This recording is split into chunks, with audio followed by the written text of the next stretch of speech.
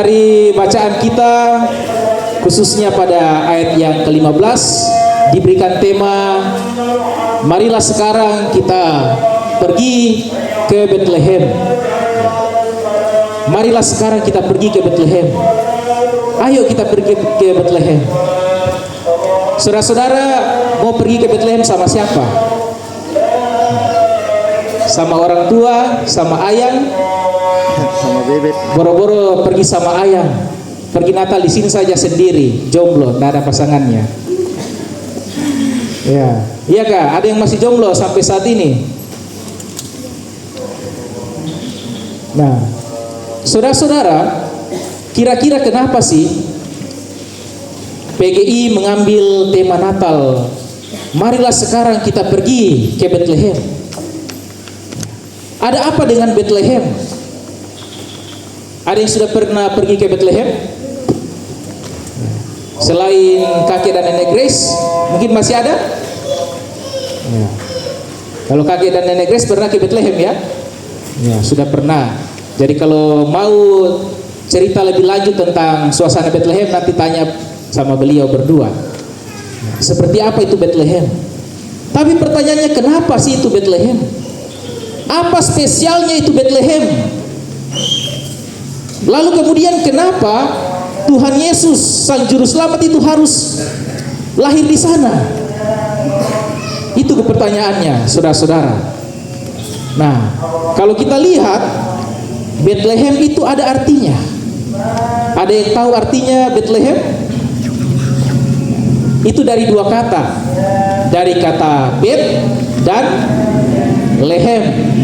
Bet artinya tempat tidur.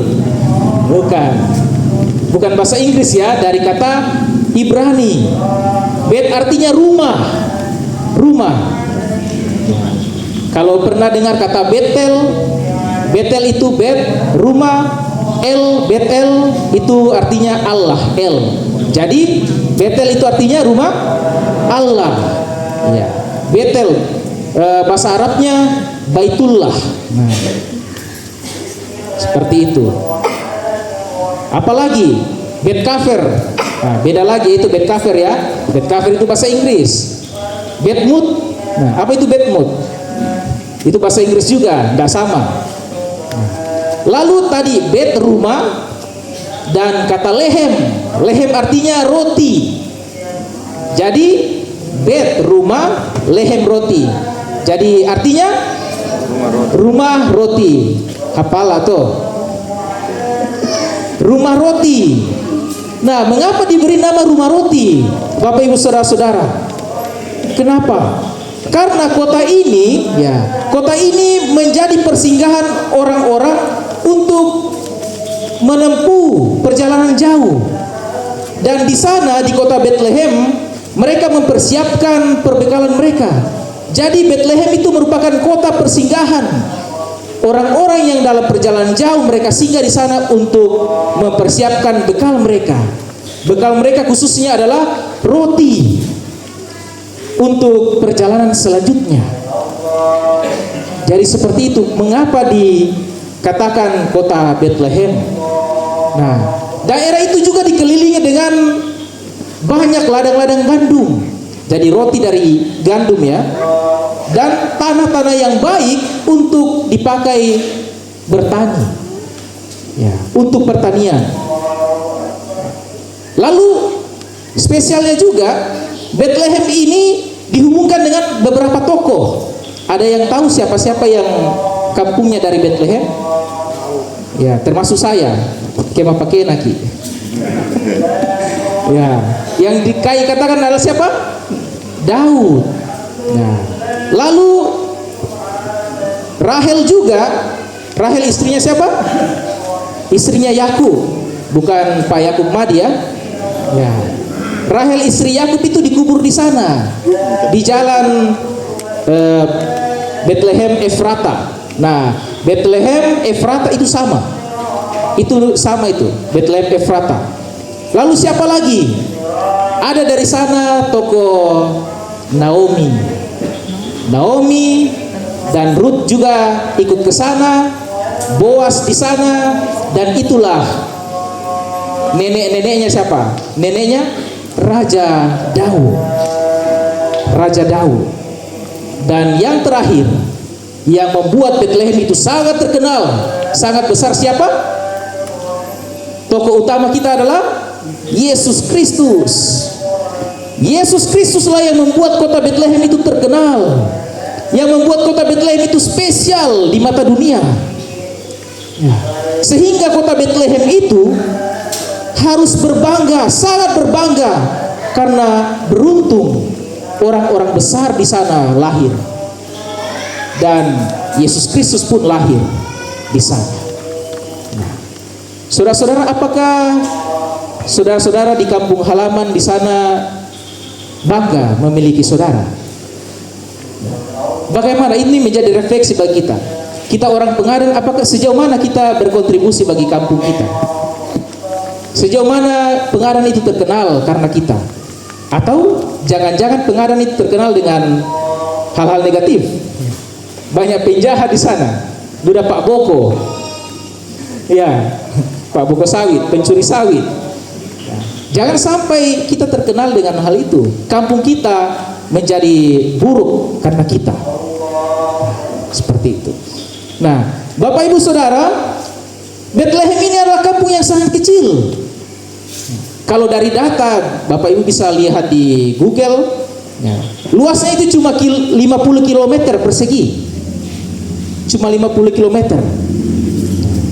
Dan kalau kita baca nubuat kitab Mika, dikatakan bahwa Bethlehem itu kota yang paling kecil di antara kota-kota Yehuda. Dia yang paling kecil. Penduduk Bethlehem itu sangat sedikit dan tidak masuk perhitungan, tidak dihitung. Tetapi kota yang kecil ini sangat beruntung, karena di sanalah lahir raja segala raja.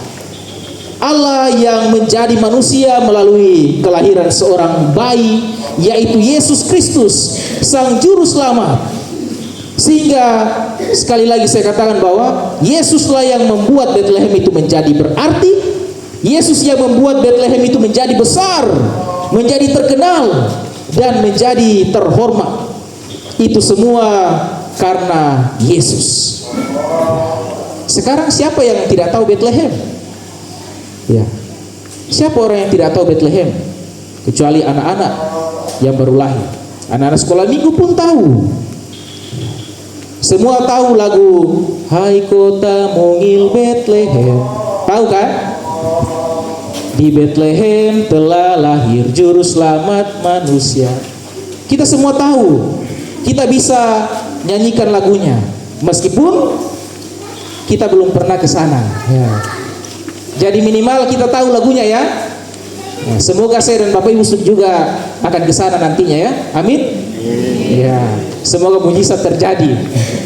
Ya, menabunglah dari sekarang. Jadi orang biasa bilang sebelum pergi ke Yerusalem baru, kita pergi ke Yerusalem yang lama dulu. Ya, di kota Bethlehem. Nah, saudara-saudara, dalam hal ini kita bisa melihat bahwa Allah itu memang seringkali memilih yang kecil, ya. Memilih yang kecil, bukan badan yang kecil ya. Memilih hal-hal yang kecil, hal-hal yang tidak dianggap di mata dunia itu tidak berarti, tidak punya apa-apa. Tetapi hal-hal yang dianggap tidak punya apa-apa itu, yang tidak berarti itu, Allah pakai untuk meniadakan, untuk mengaburkan, untuk mempermalukan yang dianggap berarti. Luar biasa. Saudara-saudara ingat, dalam bacaan kita, siapa yang pertama-tama ditemui? Malaikat menemui siapa? Para gembala, orang-orang yang terpinggirkan, orang-orang marginal, yang malejulu pangala, pergi ke padang belantara di sana menggembalakan kambing dombanya. Tetapi sungguh luar biasa, malaikat datang menjumpai mereka dan memberitakan kabar sukacita tentang kelahiran Raja Damai, kelahiran Juru Selamat. Tuhan memperhatikan para gembala yang tidak dianggap. Luar biasa. Tuhan tidak pertama-tama menjumpai para raja, orang-orang besar, orang-orang kaya, Tetapi orang-orang yang terpinggirkan, sungguh luar biasa. Lalu kemudian Raja Daud, ya. Bapak Ibu Saudara, jangan mengatakan bahwa Raja Daud itu sebelumnya sudah terkenal. Tidak. Kita tahu bahwa Daud itu adalah anak yang paling bungsu, anak yang paling terakhir, dan dia juga tidak dianggap dalam keluarganya. Ketika Samuel mau pergi mengurapi anak-anak siapa? Anak-anak Isa. Kan Tuhan katakan anak Isa lah yang akan diurapi menjadi raja berikutnya menggantikan siapa? Saul. Ke sana pergi ke rumahnya mereka, semua anak Isa sudah lewat, tapi Tuhan semua menolak. Samuel tanya, masih adakah anakmu lagi? Si Isai bilang, masih ada, yang paling terakhir, tapi tidak ada di sini, lagi pergi mengembalakan domba di sana. Dia tidak dianggap dalam pemilihan itu, tapi ternyata Tuhan mau memilih Daud. Dan Tuhan mengurapi dia menjadi raja yang sangat-sangat terkenal, yang sangat-sangat masyhur, sungguh luar biasa. Dan dari dialah keturunan Daud, kota Bethlehem, keturunan Daud, yaitu Yesus Kristus yang menjadi juru selamat bagi dunia. Ya. Orang-orang yang kecil, yang terpinggirkan, yang tidak dianggap. Lalu kemudian siapa lagi? Para rasul. Matius, Yohanes, Lukas, Filipus, Yakobus. Siapa sih mereka ini yang dipilih oleh Tuhan Yesus? Mereka ini adalah orang-orang yang tidak berpendidikan sama sekali. Mereka itu adalah para nelayan Galilea, tidak punya pendidikan, hanya tahu pergi nelayan mengambil ikan saja. Itu saja keahlian mereka. Dan mereka masih punya banyak sekali kekurangan-kekurangan. Ya. Karakter mereka berbeda-beda. Dan karakter mereka bisa dibilang buruk semua. Kalau saudara-saudara ingat Petrus bagaimana? Petrus itu kajili-jili, ya, sota-sota, apa bahasa Indonesianya itu ya? Semberono, seperti itu. Nah, dia berani di awal tapi pengecut, menyangkali Tuhan Yesus. Siapa lagi? Si Thomas dijuluki sebagai apa? Si peragu. Thomas si peragu. Lalu siapa lagi? Filipus dan para murid yang lain yang sulit sekali untuk percaya, untuk beriman kepada Tuhan Yesus. Dan masih banyak lagi mereka yang punya banyak sekali kekurangan dalam diri mereka. Tapi sungguh luar biasa. Semua para rasul yang punya kelemahan ini Tuhan pakai. Ya. Saya mau katakan seperti ini, saudara-saudara. Para rasul juga seperti itu. Kita pun juga demikian. Mereka mengalami naik turun iman dalam kehidupan mereka. Seperti itu juga kita. Kita mengalami naik turun iman dalam perjalanan kehidupan keberimanan kita. Kita pun seperti para rasul yang seringkali berkhianat, yang seringkali menyangkali, seringkali jatuh dalam dosa. Kita tidak jauh lebih baik dari mereka. Jangan berpikir mereka itu semua adalah orang-orang yang istimewa. Tidak. Mereka semua itu orang-orang biasa yang banyak sekali kelemahan. Mereka tidak terkenal, mereka tidak hebat, tidak punya pendidikan tinggi. Tapi lihat saudara-saudara, para rasul itu ketika Yesus masih ada bersama-sama dengan mereka, ya mungkin mereka masih menjadi beban, mereka tidak ada guna ketika Tuhan Yesus masih bersama-sama dengan mereka. Tapi ketika Tuhan Yesus sudah naik ke surga, apa yang terjadi? Dalam kurang lebih waktu 2000 tahun, hampir semua orang-orang di dunia ini menjadi percaya kepada Yesus Kristus. Dalam jangka waktu 2000 tahun, hampir semua orang-orang menjadi Kristen. Sungguh luar biasa. Tuhan memakai mereka. mereka yang tidak ada apa-apanya, Tuhan pakai mereka untuk berdampak bagi dunia ini. Saudara-saudara, kalau saudara-saudara mungkin bukan orang pandai, kita merasa tidak pandai, kita merasa tidak hebat, kita merasa tidak terkenal, kita jangan rendah diri, kita jangan putus asa, seolah-olah Tuhan tidak bisa memakai kita. Sepanjang kita sungguh-sungguh dengan hati yang tulus, Tuhan dapat memakai kita menjadi alat dalam tangannya. Asalkan kita rendah hati, asalkan kita menyerahkan diri kita untuk dipakai. Bukan kita, bukan kekuatan kita, tetapi kekuatan Tuhan yang memampukan kita. Pertanyaannya itu bukan seberapa besar kekuatan kita, tetapi di mana kita berada. Kita berada di tangan siapa? Kalau di tangan manusia kita tidak ada apa-apanya, tetapi di tangan Tuhan kita akan berdampak luar biasa. Mungkin saudara katakan, aduh saya mau melayani Tuhan tapi saya tidak bisa. Suara saya jelek, saya tidak bisa pimpin lagu, tepuk tangan saja falas, kentut saya saja falas, apalagi mau menyanyi. Ya, biasa seperti itu kan. Saya gemetar kalau berdiri, tangan saya bergetar.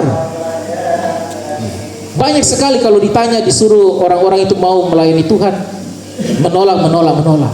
Ya. Tapi saudara kan bisa senyum kan? Nah, coba saudara-saudara senyum dulu. Ya. Aduh Nona, kau senyum manis sekali. Saudara bisa senyum kan? Kita semua bisa senyum. Nah, pakailah senyuman itu untuk melayani. Pakailah senyuman itu untuk memancarkan kasih Kristus, kasih Tuhan. Tapi jangan senyum-senyum sendiri ya. Nanti dikira tomaro, nanti dikira orang stres. Artinya banyak potensi kita dalam diri kita untuk kita pakai melayani Tuhan. Nenek-nenek yang sudah tua, kakek-kakek, ada potensi dalam diri kita untuk bisa melayani Tuhan. Kalau saudara-saudara masih bisa jalan, masih bisa berbicara, masih sehat, Tuhan bisa pakai saudara-saudara. Apalagi anak-anak muda ini, banyak potensi. Kembangkan bakat kita, jangan dipendam. Anak-anak sekolah minggu jangan remehkan mereka. Anak-anak kecil itu jangan remehkan, tetapi hargai mereka, dukung mereka untuk bisa mengembangkan bakat mereka. Tuhan seperti itu saudara-saudara. Dia memilih hal-hal yang mungkin remeh, mungkin kita tidak perhatikan, tapi dia memakai mereka menjadi luar biasa. Saudara-saudara, hamba Tuhan bernama Spurgeon berkata, sekalipun kota itu hanya kota kecil, kota Bethlehem, kelahiran Kristus di dalamnya membuat kota itu masyhur. Yesus memulihkan semua yang ia sentuh. Luar biasa. Yesus memulihkan semua yang ia sentuh. Apakah saudara-saudara sudah disentuh oleh Yesus? Pertanyaannya, apakah kita semua sudah disentuh oleh Yesus Kristus? Sekali lagi, jangan pedulikan kekurangan kita, kelemahan kita, asalkan Dia Sang Juru Selamat menyentuh kita, memakai kita, menjamah kita, kita akan mulia dan menjadi berharga. Amin firman Tuhan. Mari kita saat teduh sejenak.